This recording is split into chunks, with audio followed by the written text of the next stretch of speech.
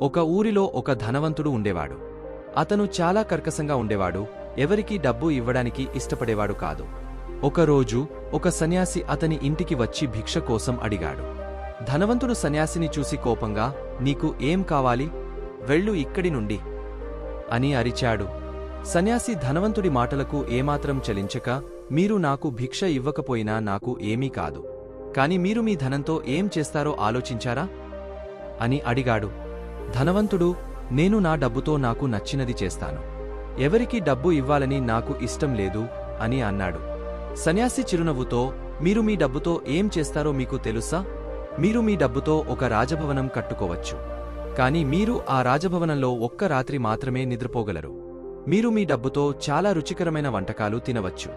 కాని మీరు ఒకసారి మాత్రమే తినగలరు. మీరు మీ డబ్బుతో చాలా బట్టలు కొనుగోలు చేయవచ్చు. కాని మీరు ఒకసారి మాత్రమే ధరించగలరు.